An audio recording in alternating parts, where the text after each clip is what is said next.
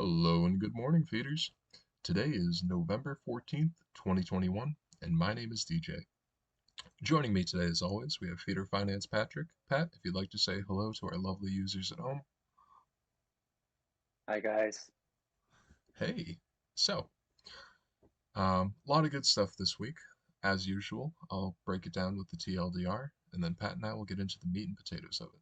So, 8 products have launched, with 5 more coming Monday, and many more next week, focusing on FTM. Portfolio has received a minor update with the APR/APY toggle. Great work there. Our outreach will continue to grow via Dappradar starting early December with banner ads. Social DeFi is set to launch next week for Feeder Finance, with security systems being finalized in the coming week. Portfolio update, major milestones to be achieved by next week. And our lending product structure getting finalized before Swift development to be complete and ready for audit by PeckShield at the month's end. So, a lot of really good stuff there. Um, we're first going to get into the nitty gritty with it. Um, I think the most noteworthy thing, and it's definitely the biggest picture here in our update, is BUSD ATL compound vault, 200,000% APY. Pat, I thought we weren't supposed to release Innovation Zone products yet. What happened?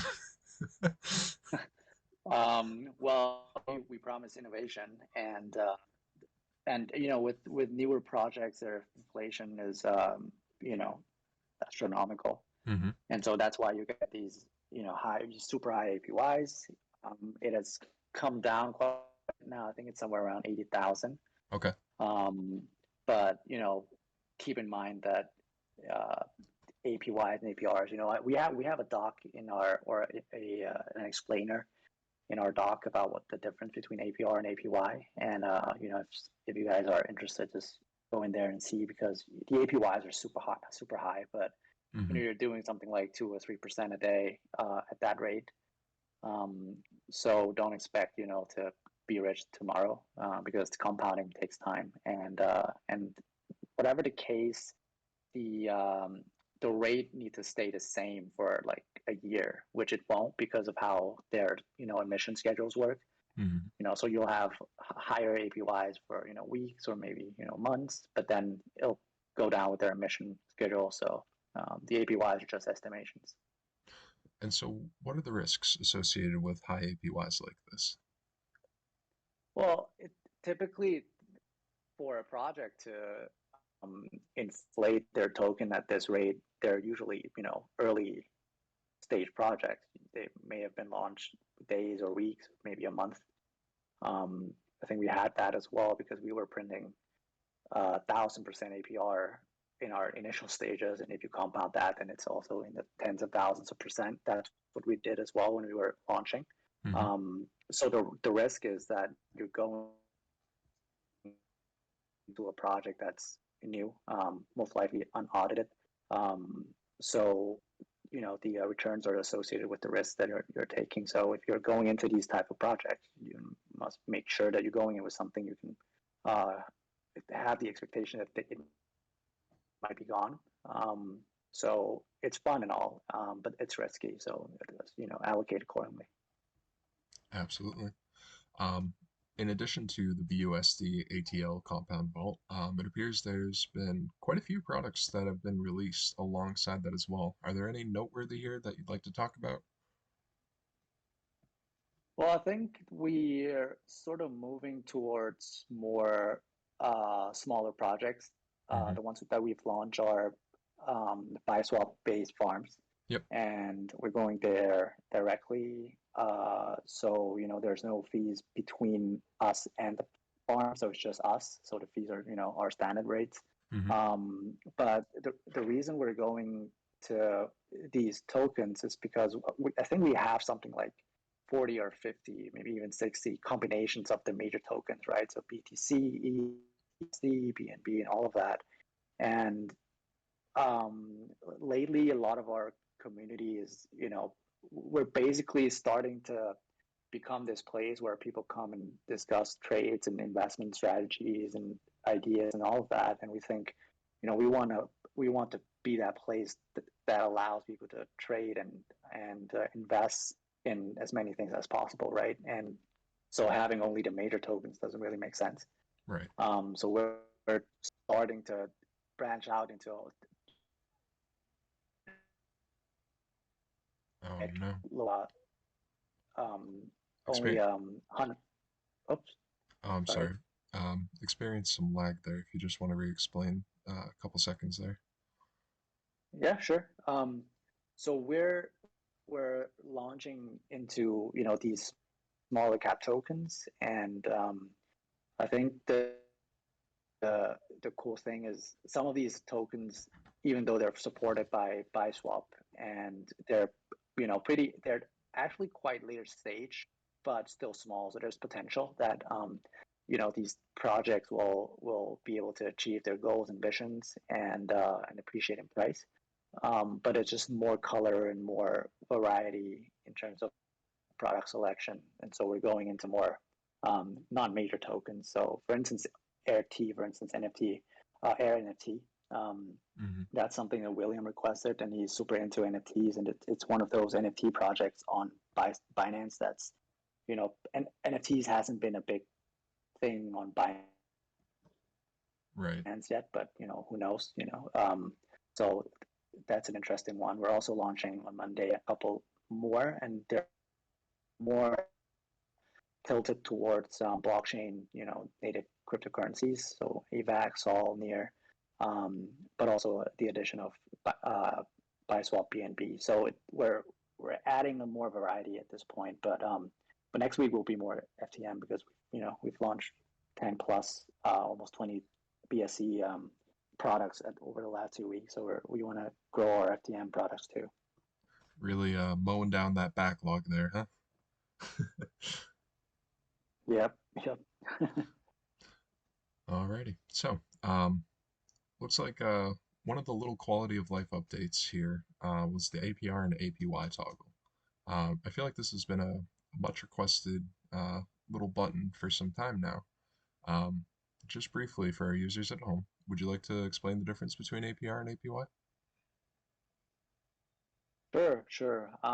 So the biggest misunderstanding or something that could be misunderstood by crypto investors, and I think this is the industry is to blame for that because um, every project shows their returns in APY, Hmm.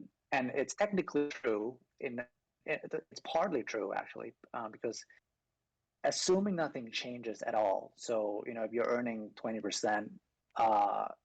APR, for instance, today, and you'll keep if you are assuming that you will keep earning that for the next 365 days, Hmm. then your APY is something as I don't know 35% on that 20% APR. Hmm. Um, the problem is that it's not always true. It's most likely not true that APR will stay the same for a year. Um, and especially if you have a project that's emissioning thousands of percent in APR, um, when you're assuming that rate stays the same for a year and you compound that every day, then it's tens of thousands, even hundreds of thousands of percent. Um, and people have the expectation that that's what they're earning every day from day one, and that's a misunderstanding because the difference between APY and APR is actually the effect of compounding. So if you're earning $10 tomorrow, you need to reinvest that $10 into the investment, and that additional $10 is also earning, and you keep doing that, and so you need time for the reinvested returns to be compounded. Hmm. And the way we've shown this data before is we're assuming that when we were only showing APYs was that we're assuming that the rate doesn't change, which is how the crypto industry does it. Hmm. And we're saying like if you invested $100 and it compounds at this rate every day for a year, what would be your annual return, right? And we take that annual return and we divide it back to a monthly profit and a daily profit. But in reality, that daily profit is really an average per day of the entire year. So you really need what you're really getting is less than that in the early days and more than that in the later days. But when you average it out somewhere in the middle, that's what you're getting. Um, and so the reason we added this toggle was when we launched the 200K percent, it went up to 300K percent APY. People were seeing that they're going to get, $1,000 or $10,000 a day Right. because, that's just math, right? If you're Mm-hmm. compounding at 300K percent APY per year, then that's technically, if it stays the same for 365 days, that's actually what you'll get, but just that's not possible. Right. And it's impossible. So we needed this APR to show what you're likely to get, assuming nothing changes for a day, which is a more accurate estimation, Oh yeah. um, which is also partly wrong because we're technically compounding, and so showing that APR is also underestimating what you'll actually get. But still, it gives um, more information and to be considered when you. So this is So I think it's a good addition. absolutely. Um, so this is one edition of many in a set of updates that are soon to hit the portfolio and just general feeder finance experience.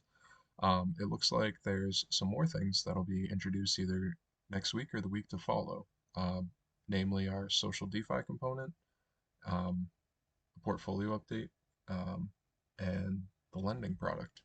So, um, could you talk a bit about how feeder finance will soon encompass these products and what that'll mean for the investing experience here? Sure, sure. So there are three major things we're working on, right? And the roadmap sort of it's outlining social DeFi and portfolio upgrade for November. Hmm. And so what we're expecting to launch um, at least by November, and for social DeFi likely next week. Um, but for the portfolio upgrade probably by the end of the month. Hmm. What these products for November are, so social DeFi, I've spoken about this a couple times. Yeah. What it really is it's trying to allow people to engage on the platform and allow the scoring to be more two-way, created by two-way interaction Hmm. between the depositors, the users, and allowing products to be reviewed. And so having that interaction on the platform, we've completed the backend for that. Um, so you have a let's imagine you have a when you connect the wallet, you have your profile, Hmm. and that profile doesn't won't allow people to see what your wallet is, but allows you to interact with other people on the platform. Um, so you would be able to, think of it like a Reddit or even Amazon with replies. Hmm. So you could review products and you could reply and you could interact with people under each of the products. You could, once you've deposited, you could also rate these products, by their risk and returns, based on what you think, is appropriate. Um, what will also add to this piece after is to allow for more content creation in a more isolated term. So if you're familiar with um, eToro or things, StockTwit and stuff like that, it's more like a social media platform that's focused on investments. Hmm. And so we're trying to build that on top of this as well. Since we have the infrastructures in place, that's an easy addition, and so people can create content, and that content then also helps grow the content library and SEO engagements for the site. So that's what we're working on. The final piece for that is to ensure some security, which is what Jimmy's working on this week, and we are aiming to test it midweek and release it by the end of next week. So you'll start to see this already coming online. Hmm. Um, for the portfolio, we spend a lot of time thinking about how to best do it because it's really not an easy thing to do. Right. Um, because what you're essentially doing is you're pulling data out of every single block, um, and that's for a lot of tokens and a lot of LP pairs. So it's millions and millions. It's millions of data per. asset, right? Because there are millions of blocks. Right. And we're doing that for hundreds of different assets. So there's hundreds and hundreds, and even maybe a billion data points that we need to sort of aggregate and then integrate into a database. So we spent a couple. So Raphael really spent a couple weeks thinking about that, and already finalized how he thinks he'll do it. He has already started doing it, and he aims to sort of finish it by next week.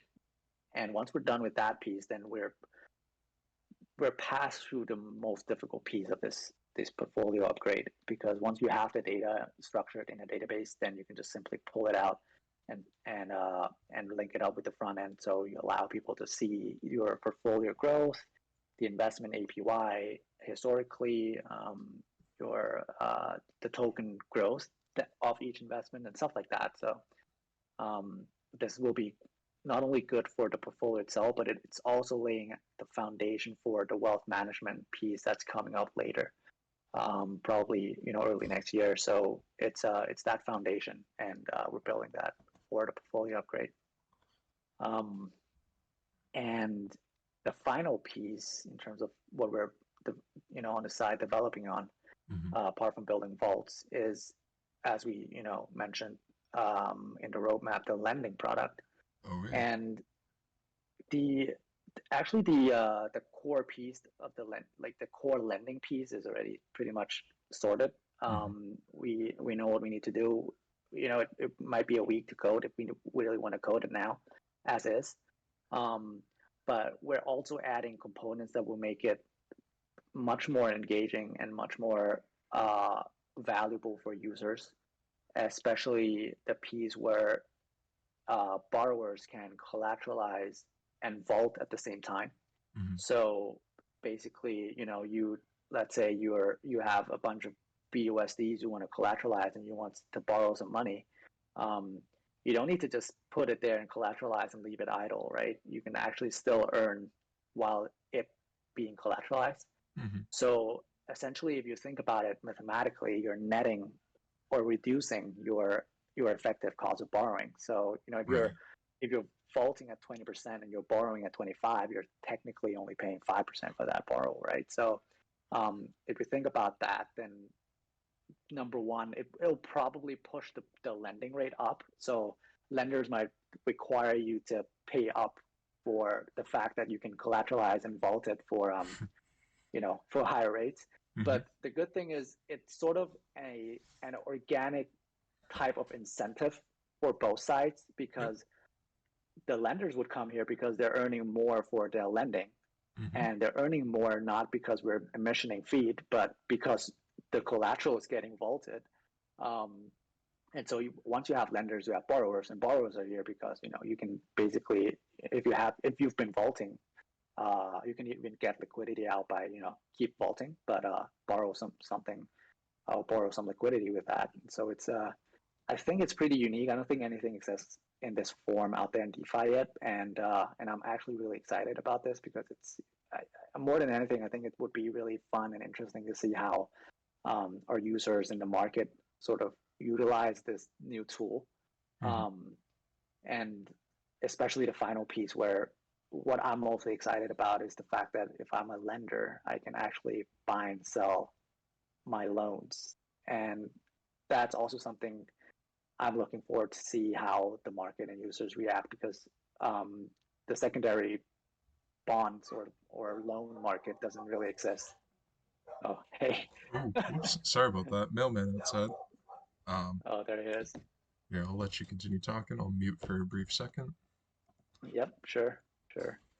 All right, I'll just keep talking here while DJ sort the docs.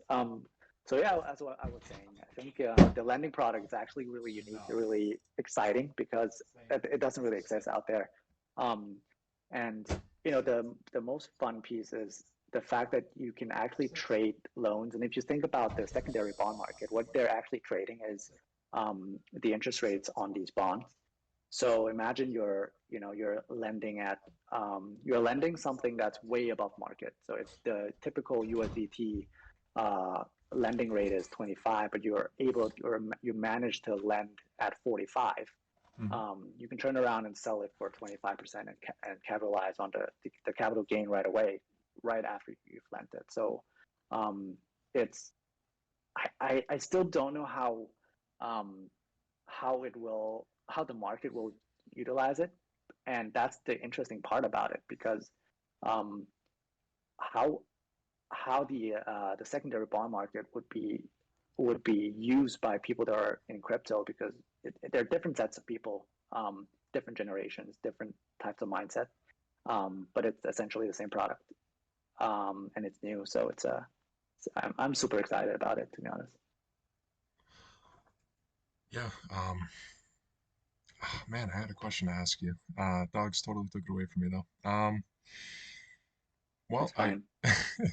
I guess I guess the last thing we have to discuss here is everybody's favorite question: when marketing, right? And we have we have something of an answer for you guys. So, it looks like this week we will be continuing our outreach with Dappradar. Do you want to talk a little bit about what's going to go on with Dappradar? Sure. Let me give you first a quick background. So we did the What's to Farm banner Hmm. over the past 2 or 3 weeks, Yep. and we've been tracking really closely the data coming from that banner, how effective it is, and we've seen that there's a lot of people coming in that are repeated visitors. Some of them even deposited into our vaults. And the way to tell is basically if they, after they come in and we track their movements, they go and stay on the portfolio page for a while. That can you can tell that you wouldn't go to the portfolio and stay there if you haven't deposited anything because it wouldn't show you anything.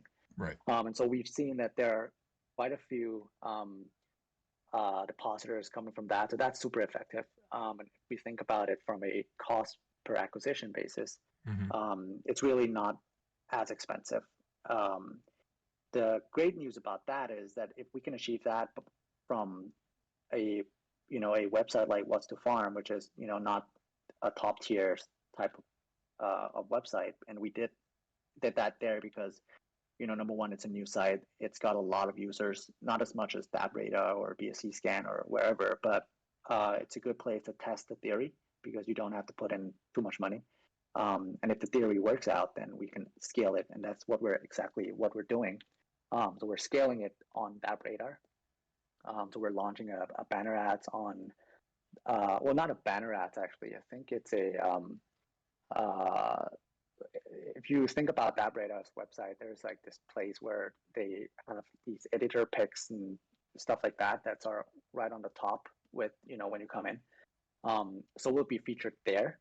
Hmm. So if anybody comes onto Dabradar and is looking for something to trade or something to invest in, or just generally want to know how the DeFi, the Dap ecosystem is evolving, they'll see us pretty much right on top. Um, and so it's blended into the list of other projects that are there organically. Hmm. So that's going to be great. And we're also already seeing most of our referrals coming from that radar. So it's already effective as is from an organic standpoint. And we're trying to boost that up quite a bit. Hmm. Um, that's on that radar front. The timing of this will be first week of December because they have a backlog that they need to go through, so we couldn't get it out sooner. Gotcha. Um, and the next thing really is that we're not only going at that to that radar, we're going to another place as well, which is also one of the most visited sites in BSC crypto. Hmm. Everybody's used it before, and everybody's using it daily. We're finalizing that and building the banners to align with their requirements. And once that's done, then we can finalize it as well. So I think there are two advertisements going out late November, early December for us. And by then we should have a lot more products as well. And that's why we're sort of trying to bump it up quickly because we're sort of going out, Hmm. in 2 or 3 weeks. Yeah, no, that makes sense. Um, so I finally remembered my question. Um, Talking about the lending product again. Um, Collateralization of assets there. What percentage do you think you'll be able to collateralize at? And are we going to have um, some sort of in-house Oracle solution or out-of-house Oracle solution to be able to allow us to uh, keep a high collateralization percentage. Because that's what I've noticed with a lot of lending platforms lately is if they aren't using a certain set of oracles, then their collateralization percentage is much lower on what they've supplied versus what they can borrow. Um, so I guess my question for you, Pat, is what's that going to look like for our lending product without giving This or is divulging too many details? this is actually a really, really good question. Number one, we won't use any oracles, Okay. um, because the fact that oracles are very risky, especially if we want to venture into tokens that are not typically uh, or not major tokens that the oracles support really well. Hmm. And if you see Cream Finance, for instance, they blew up massively because they were trying to do what we're trying to do with oracles. Um, so we won't use oracles. Hmm. And coming back to what the collateralization ratios would be, the cool thing is nobody knows until a lot of users have been using it, because Okay. what we'll use historical data of actual transactions Hmm. to allow that to benchmark what the ratio should be and what the rate should be. Um, Aside from that, I think the vault rates would also dictate the rates of these loans, because what we're trying to do is Cream says they're trying to do P2P, right? But they're using pools to do P2P, which I'm not sure how they're rationalizing using P2P, because it's not really P2P if you're pulling the capital into uh, collaterals and lenders. Hmm. So what we're trying to do is we're building an actual P2P, right? So you and I could agree on a loan, right? If you have feed and you want to get some liquidity to trade Floki, for instance. um, so you wouldn't have to sell feed because you don't want to sell feed, for instance. You want to hold it. Of course, of So you would, course. of course, right? So you would collateralize this thing, right? You would collateralize feed, and you could say like, I'm willing to collateralize a maximum of you know um, 70%, and I'm willing to pay a maximum of say 45% APY on this transaction. Um, I could come in and say, okay, I have BUSDs. You want those? I'm willing to do it for 45% that you said, and I accept that collateral. The cool thing is that you can, when you're doing that or when you're launching that request or that offer, you could set a time limit for when that offer ends, or you can close it right away. So if somebody comes in and offers at your maximum sort of acceptable level, and you think there might be somebody else coming in later to offer a better deal, you could wait, right? And then Jimmy could come in and say, "Oh, I'm willing to give it to you for 35% rather than 45%."